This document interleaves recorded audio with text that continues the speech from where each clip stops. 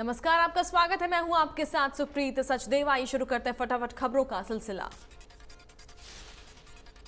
विधानसभा के बजट सत्र के 9वें दिन बजट सत्र में ध्यानाकर्षण प्रस्ताव के दौरान गुरुग्राम में बहुमंजिला इमारत गिरने का मामला उठाया।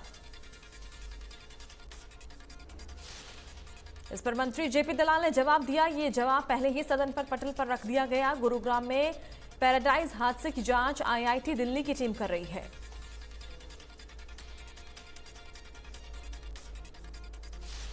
जेपी दलाल ने कहा कि आईआईटी रुड़की को गुरुग्राम में 5 परियोजनाओं का स्ट्रक्चर ऑडिट करवाया जाएगा।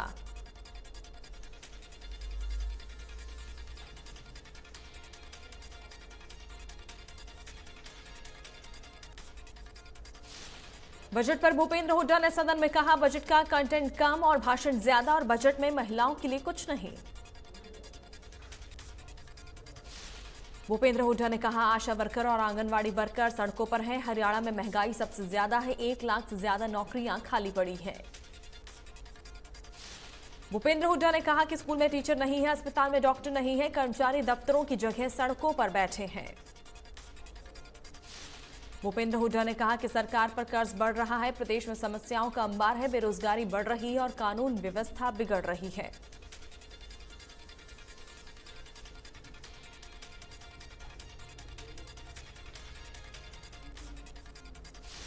बजट पर सीएम मनोहर लाल ने कहा कि ये कर्ज का नहीं, फर्ज का बजट है। उन्होंने कहा कि पैसा ही पैसे को खींचता है। सीएम ने कहा कि जीएसटी का विषय डबल इंजन सरकार का नहीं है, स्टेट गवर्नमेंट और जीएसटी काउंसिल के बीच का एग्रीमेंट है।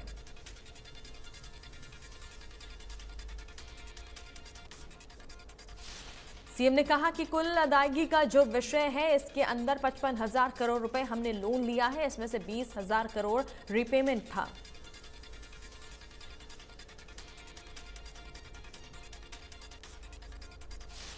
विधानसभा बजट सत्र के 9वें दिन कांग्रेस विधायक जगबीर मलिक ने पेपर लीक का मुद्दा उठाया।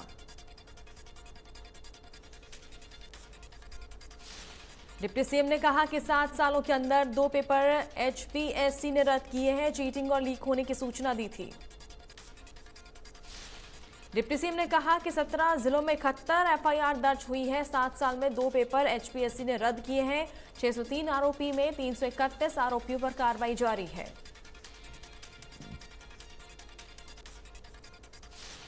वहीं कांग्रेस विधायक ने सदन में 75% आरक्षण का मुद्दा उठाया।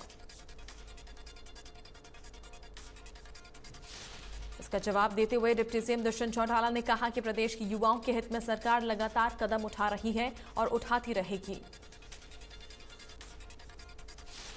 कांग्रेस विधायक ने सदन में डोमिसाइल का मुद्दा उठाया, जिसका जवाब दुष्यंत चौटाला ने दिया। कहा कि 10% आउट ऑफ स्टेट थे और लोगों से बातचीत के बाद ही निर्णय लिया गया।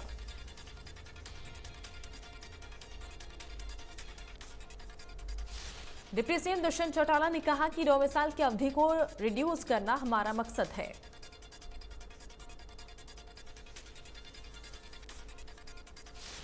विधायक रामनिवास ने पूछा सवाल, प्रदेश के स्कूलों में अनुबंध के आधार पर काम कर रहे 2200 कंप्यूटर शिक्षकों को रेगुलर करने का कोई प्रस्ताव है क्या? उप मुख्यमंत्री ने दिया जवाब। हरियाणा कौशल रोजगार निगम के माध्यम से परिवार पहचान पत्र के माध्यम पर नए शैक्षणिक स्तर की शुरुआत से पहले क्रियान्वित करने की संभावना है।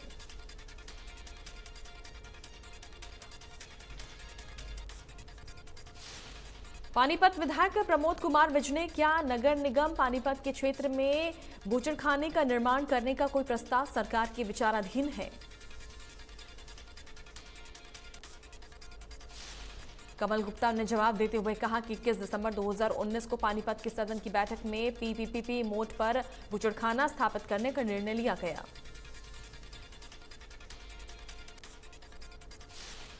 रूस यूक्रेन के बीच जंग का आज 26वां दिन है। जानकारी के मुताबिक यूक्रेनी सेना ने मारियुपोल में रूस के एक सीनियर नेवी कमांडर को मार गिराने का दावा किया है। वहीं रूस ने मारियुपोल शहर पर फाइल कब्जे की तैयारी कर ली है। इसके लिए रूस ने रविवार रात को शहर के एडमिनिस्ट्रेशन को सरेंडर करने के लिए कहा। यूक्रेन की विदेश मंत्रालय ने दावा किया है कि जंग में अब तक रूस के 14,700 सैनिकों की मौत हो चुकी है। रूस के 476 टैंक तबाह किए जा चुके हैं। यूक्रेन के राष्ट्रपति व्लादिमीर जेलेंस्की ने दावा किया है कि युद्ध नहीं रुका तो तीसरा विश्व युद्ध होगा। रूसी सेना को हम जवाब देते रहेंगे, समझौते के लिए हर कोशिश जारी है। रूस और यूक्रेन की जंग में जान गंवाने वाले भारतीय छात्र नवीन शेखरपा का शव 20 दिन बाद बेंगलुरु पहुंचाया गया। यूक्रेन और रूस की जंग के बीच नवीन शेखरपा को 1 मार्च को सुबह खाना और जरूरी सामान लेने के लिए बंकर से बाहर निकले थे, तभी वो रूसी हमले में गोलीबारी का शिकार हो गए। रूस यूक्रेन के बीच युद्ध जारी है। दोनों देशों के बीच जारी इस युद्ध का असर दोनों देशों के साथ साथ दुनिया के दूसरे देशों पर भी पड़ रहा है। इसमें भारत भी शामिल है। दरअसल जो छात्र यूक्रेन में पढ़ाई कर रहे थे वो वापस लौट चुके हैं। छात्रों की मांग है कि छात्रों की जो पढ़ाई छूटी है उसे भारत में ही पूरा करवाया जाए। छात्रों ने अपनी मांग को लेकर उपायुक्त अजय सिंह तोमर से भी मुलाकात की। उपायुक्त ने कहा कि यूक्रेन से लौटे छात्रों ने मुख्यमंत्री के नाम ज्ञापन दिया है। फिर सरकार के साथ निर्दलीय विधायक सोमवीर सांगवान विधानसभा स्पीकर को सौंपा समर्थन पत्र। किसान आंदोलन के दौरान वापस लिया था समर्थन। भाजपा एससी मोर्चा के प्रदेश कार्यकारिणी की बैठक हुई, जिसमें राष्ट्रीय अध्यक्ष लाल सिंह आर्य, सांसद सुनीता दुग्गल, पूर्व मंत्री कृष्ण पवार और मोर्चा के अन्य नेता शामिल हुए। बैठक में पदाधिकारियों को भीमराव अंबेडकर की जयंती पर आयोजित होने वाले कार्यक्रमों की रूपरेखा के बारे में जानकारी दी गई। देश में 7 अप्रैल से 15 अप्रैल तक भीमराव अंबेडकर की जयंती आयोजित की जाएगी। संयुक्त किसान मोर्चे के आह्वान पर देश भर में किसानों ने जिला स्तर पर लंबित मांगों को लेकर धरना प्रदर्शन किया। वहीं रोहतक में लघु सचिवालय के बाहर किसान संगठनों के बैनर तले किसानों ने एमएसपी गारंटी कानून और लखीमपुर खीरी में किसानों पर मुकदमे दर्ज करने के विरोध को लेकर धरना प्रदर्शन किया। संयुक्त किसान मोर्चे के आह्वान पर अधूरी मांगों को पूरा करवाने को लेकर जिला उपायुक्त ने माध्यम से राष्ट्रपति के नाम ज्ञापन दिया। करनाल में किसान मोर्चा के बैनर तले अलग अलग किसान संगठनों के पदाधिकारियों ने जिला सचिवालय में जोरदार प्रदर्शन किया। किसानों की मांग है कि एमएससी कानून को लेकर पूर्व में केंद्र सरकार के साथ हुए समझौते की शर्तों को तुरंत लागू किया जाए। यमुनानगर में आम आदमी पार्टी के राज्यसभा सांसद सुशील गुप्ता के सामने आपस में भिड़ गए। इस बीच सुशील गुप्ता ने दोनों को समझाया। वर्ल्ड ओरल हेल्थ डे के अवसर पर लोगों को जागरूक करने के लिए स्वास्थ्य विभाग के कर्मचारियों द्वारा मैराथन का आयोजन अल आफिया अस्पताल प्रांगण में किया गया। वर्ल्ड ओरल हेल्थ डे के अवसर पर लोगों को जागरूक करने के लिए 21 से 26 मार्च तक यह जागरूकता सप्ताह अभियान चलाया जाएगा। दिल्ली पुलिस ने M3M बिल्डर के खिलाफ धोखाधड़ी का मामला दर्ज किया है। दिल्ली पुलिस की आर्थिक अपराध शाखा ने M3M बिल्डर के निदेशकों को आरोपी बनाया है। MGF डेवलपमेंट लिमिटेड M3M ने गुरुग्राम के सेक्टर 112 और 113 में 31 एकड़ जमीन खरीदी थी और बकाया भुगतान के लिए पोस्ट डेटेड चेक दिए थे, लेकिन किसी भी चेक का भुगतान नहीं किया। M3M का इरादा एक प्रोजेक्ट को बनाकर बेचना था, लेकिन जमीन खरीद का भुगतान नहीं होने पर MGF डेवलपमेंट लिमिटेड ने M3M के खिलाफ शिकायत दर्ज करवाई। कैथल में मुख्यमंत्री अंत्योदय परिवार उत्थान योजना के तहत लोन लेने पर आवेदक से कमीशन मांगने का मामला सामने आया, जिस पर संज्ञान लेते हुए मुख्यमंत्री कार्यालय ने एसपी को जांच के आदेश दिए। पीड़ित आवेदक ने बताया कि उसने मुख्यमंत्री अंत्योदय परिवार उत्थान योजना के तहत सैलून के लिए 1 लाख रुपए के लोन के लिए आवेदन किया था और उससे सैलून के सामान की कोटेशन के लिए कमीशन मांगी गई। सूरजकुंड मेले का आज तीसरा दिन है। जैसे जैसे मेले का प्रचार प्रसार हो रहा है, वैसे वैसे मेले में दर्शकों की संख्या बढ़ती जा रही है। मेले में 30 देश अपने शिल्प कला का प्रदर्शन कर रहे हैं, तो इसमें हरियाणा राज्य भी किसी से पीछे नहीं है। मेले में हरियाणा का अपना घर बनाया गया है, जिसमें 500 साल पहले फसलों की तुलाई को दिखाया गया है।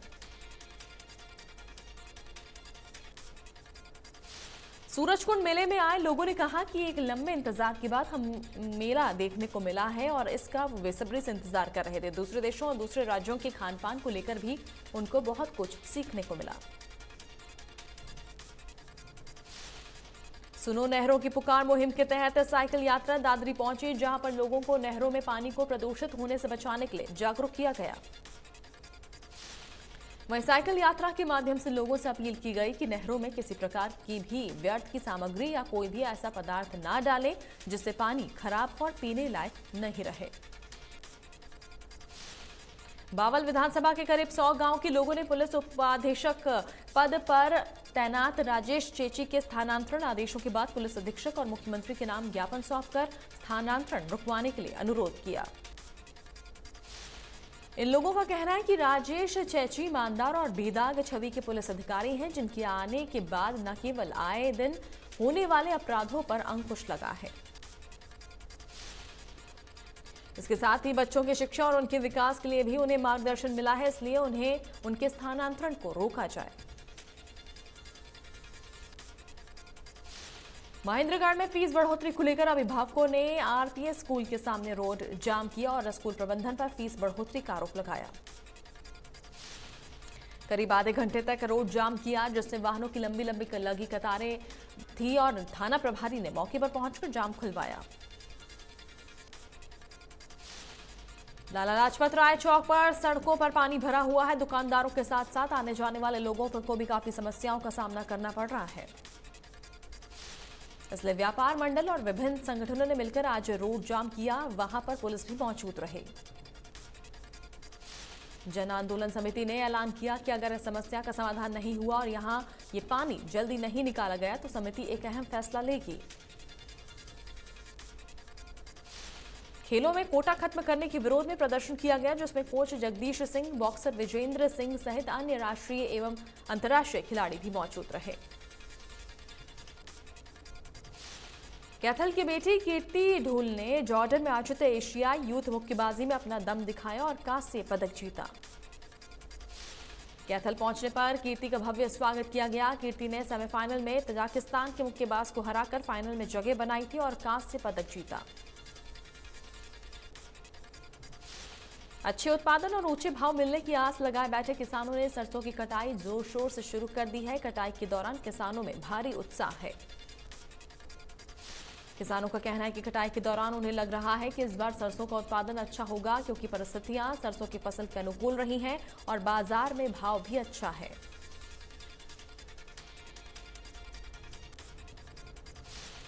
फरीदाबाद के सबसे बड़े सिविल बीके हॉस्पिटल में माता पिता नवजात कन्या को अस्पताल में छोड़कर चले गए। हालांकि बच्ची पूरी तरह से स्वस्थ है। पुलिस अस्पताल में लगे सीसीटीवी कैमरे और माता पिता का पता लगाने में जुट गई है। पुलिस का कहना है कि माता पिता का पता चलने पर पुलिस कानूनी कार्रवाई करेगी। गुरुग्राम में इंडिया न्यूज हरियाणा की खबर का असर हुआ। एमजी रोड पर पुलिस ने सुरक्षा बढ़ाते हुए जिस्म की मंडी का डंडा चलाया। एमजी रोड पर हो रहे देव व्यापार से स्थानीय लोग परेशान थे, लेकिन अब एमजी रोड पर स्थित सोसाइटी के लोगों ने इंडिया न्यूज हरियाणा का धन्यवाद किया। अंबाला में पुलिस की तरफ से अवैध हथियार रखने वालों के खिलाफ विशेष अभियान चलाया गया, जिसके तहत पुलिस ने एक युवक को हथियारों सहित गिरफ्तार किया। आरोपी युवक से देसी कट्टा और देसी पिस्तौल बरामद की। पकड़े गए युवक को पुलिस ने गुप्त सूचना के आधार पर गिरफ्तार किया। पुलिस ने आरोपी को कोर्ट में पेश कर 2 दिन का रिमांड पर लिया है। फिलहाल पुलिस मामले की आगामी जांच में जुटी है। पलवल सीआईए पुलिस ने डपचिक चौक के पास नाका लगाकर कचरे के ट्रक से 20 बोरे नशीला पदार्थ गांजा बरामद किया।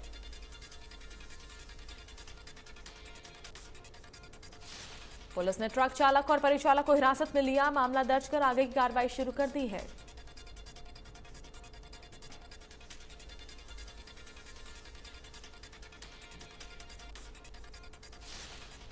हत्या के मामले में 16 फरवरी को अंबाला नगर निगम की पार्षद रूबी सौदा सहित 8 लोगों पर मामला दर्ज किया गया था। तब से रूबी सौदा नगर निगम की मीटिंग में शामिल नहीं हुई, तो निगम कमिश्नर ने उनके घर पर नोटिस चस्पा कर कारण बताओ नोटिस जारी किया था। इसके बाद ये मामला अंबाला के कमिश्नर के समक्ष पहुंचा। रूबी सौदा ने अपना पक्ष रखा। इस मौके पर भाजपा के मनोनीत पार्षद संदीप सचदेव उनके साथ मौजूद रहे। पानीपत की पुरवेल कॉलोनी में 19 वर्षीय युवक ने प्रेमिका की मौत की खबर से आहत होकर गत रात्रि कमरे में फांसी का फंदा लगाकर जान दे दी। मूल रूप से उत्तर प्रदेश के फर्रुखाबाद जिले का रहने वाला युवक गांव की युवती से प्रेम करता था। पानीपत के सामान्य अस्पताल में पोस्टमार्टम करवाया गया।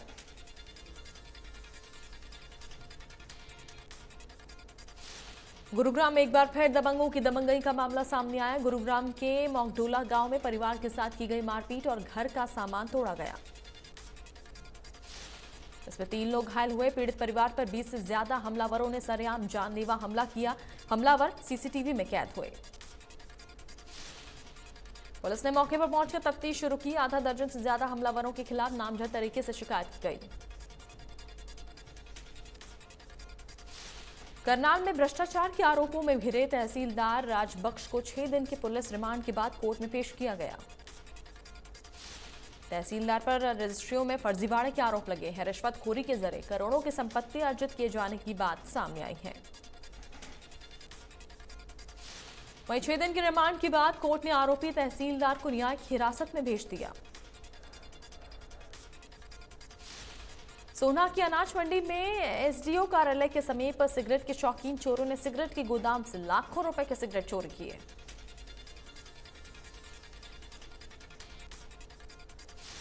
गुरुग्राम के सदर बाजार में मौका पाकर चोरों ने दुकान के ऊपर के गेट का ताला तोड़कर अंदर रखे 7 लाख रुपए नगद और दूसरे सामान पर हाथ साफ कर फरार हो गए।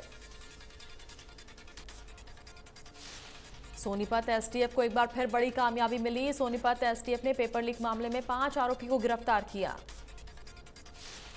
मामले में अभी तक कुल 35 आरोपियों की गिरफ्तारी हो चुकी है। 100 से भी ज्यादा गिरफ्तारी होना अभी बाकी है। सभी 5 आरोपी मीडिएटर का काम भी करते थे। खुद की जॉब के साथ अन्य की भी जॉब लगवाने का काम कर रहे थे।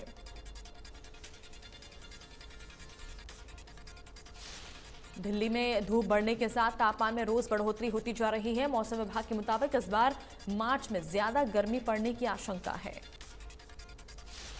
मौसम विभाग के मुताबिक अभी दिल्ली वालों को गर्मी से राहत मिलने के आसार नहीं है। अगले 7 दिनों तक न्यूनतम और अधिकतम तापमान में थोड़ा बहुत इजाफा होगा। इस बार गर्मी समय से पहले आई है। पुष्कर सिंह धामी को फिर उत्तराखंड की कमान। विधायक दल की बैठक में चुना गया नेता। 23 मार्च को होगा शपथ ग्रहण समारोह। पीएम मोदी अपने ऑस्ट्रेलिया समक्ष स्कॉट मॉरिसन के साथ वर्चुअल सम्मेलन में शामिल हुए। इस बीच पीएम मोदी ने कहा, दोनों देशों के बीच बेहतर सहयोग बनाना जरूरी है। पीएम मोदी ने कहा कि भारत और ऑस्ट्रेलिया के बीच संबंध और मजबूत हुए हैं। साथ ही पीएम मोदी ने स्कॉट मॉरिसन का भारतीय कलाकृतियां लौटाने के लिए शुक्रिया कहा। देश में पिछले 24 घंटे में कोरोना वायरस के 1549 नए केस सामने आए और 37 लोगों की मौत हो गई। एक्टिव केस 26,000 के पार। हरियाणा में कोरोना के 71 नए मामले सामने आए और एक मरीज की कोरोना से मौत हो गई। एक्टिव केस 450 के करीब है। 116 मरीजों ने कोरोना को मात दी है। दिल्ली में कोरोना के 62 नए मामले सामने आए और एक मरीज ने कोरोना से मौत हो गई, जबकि संक्रमण दर 0.41% है। आरआरआर का प्रमोशन करने दिल्ली पहुंचे आमिर खान। 400 करोड़ के बजट में तैयार हुई फिल्म 25 मार्च को सिनेमाघरों में रिलीज होगी। चीन के दक्षिणी इलाके में एक यात्री विमान दुर्घटनाग्रस्त हो गया, जिसमें 133 लोग सवार थे। फिलहाल हादसे की वजह और हताहतों की संख्या का पता नहीं लगा है। रिपोर्ट के अनुसार फ्लाइट MU5735 बोइंग 737 विमान गुआंगशी क्षेत्र के वुझोउ शहर के पास ग्रामीण इलाकों में दुर्घटनाग्रस्त हो गया, जिससे पहाड़ी के ऊपर आग लग गई।